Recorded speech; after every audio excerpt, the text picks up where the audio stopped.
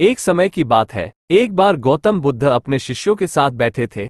उन्होंने एक गहरी सांस ली और कहा, जीवन में करुणा, दया और क्षमा सबसे महत्वपूर्ण गुण है।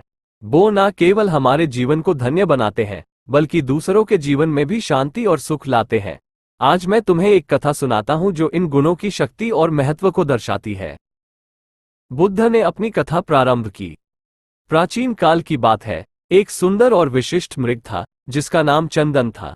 चंदन का शरीर सोने के रंग में ढला हुआ था।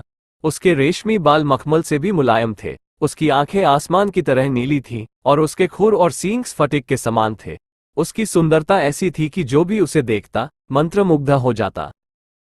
लेकिन चंदन केवल सुंदर ही नहीं था, वो बहुत विवेकशील और करुणामयी भी था। उसे पूर्व जन्म के संस्कारों से ज्ञात था कि मनुष्य स्वभाव से लोभी होता है और लोभ के वश में आकर वो करुणा का प्रतिकार कर सकता है। फिर भी चंदन की करुणा सभी प्राणियों के लिए थी, चाहे वो मनुष्य ही क्यों ना हो। एक दिन जब चंदन वन में स्वच्छंद विहार कर रहा था, उसे किसी मनुष्य की चीत्कार सुनाई दी। उसने देखा कि एक आदमी पहाड़ी नदी की धारा में बह रहा था। चंदन की करुणा उमड़ पड़ी और वो तत्काल पानी में कूद गया। उसने डूबते व्यक्ति को अपने पैरों को पकड़ने की सलाह दी, लेकिन घबराहट में वो व्यक्ति चंदन की पीठ पर चढ़ गया। चंदन नाजुक था, पर उसने उसे झटककर अलग नहीं किया। उसने उस व्यक्ति को सुरक्षित किनारे पर ला खड़ा किया। सुरक्षित व्यक्ति ने धन्यवाद देना चाहा, तो चंदन ने कहा, अगर तू सच में मुझे धन्यवाद देना चाहता है तो ये बात किसी को न बताना कि तूने एक स्वर्ण मृग द्वारा पुनर्जीवन पाया है, क्योंकि तुम्हारी दुनिया के लोग जब मेरे अस्तित्व को जानेंगे तो वे मेरा शिकार करेंगे। ये कहकर चंदन अपने निवास स्थान को लौट गया। कुछ समय बाद उस राज्य की रानी ने स्वप्न में चंदन को देखा। उसकी सुंदरता पर मुग्ध होकर रानी ने राजा से चंदन को ढूंढ लाने का आग्रह किया। राजा ने ढिंढोरा पिटवा दिया कि जो कोई भी इस मृग को ढूंढने में सहायता करेगा, उसे एक गांव और 10 सुंदर युवतियां पुरस्कार में मिलेंगी। चंदन द्वारा बचाया गया व्यक्ति यह सुनते ही राजा के पास पहुंचा और चंदन का भेद खोल दिया।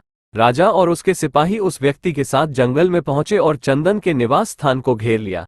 राजा ने चंदन पर निशाना साधा तो चंदन ने मनुष्य की भाषा में कहा, राजन, मुझे मार डालो, पर यह बताओ कि तुम्हें मेरा ठिकाना कैसे मालूम हुआ।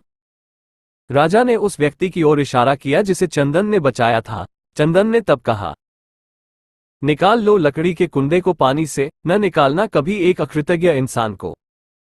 राजा ने इसका आशय पूछा तो चंदन ने पूरी कहानी सुना दी। चंदन की करुणा ने राजा के हृदय को भी द्रवित कर दिया।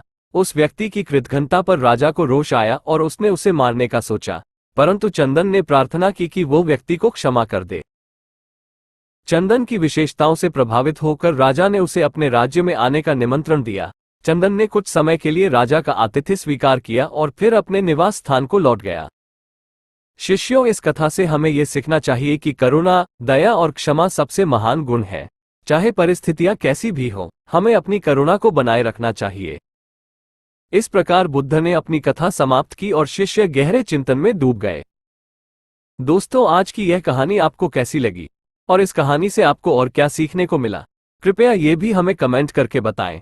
साथ ही अगर आपको ये कहानी पसंद आई और ये आपके लिए उपयोगी लगी तो इसे अपने दोस्तों के साथ जरूर शेयर करें और हमारा YouTube चैनल इंस्पायर 1993 को सब्सक्राइब करें। धन्यवाद।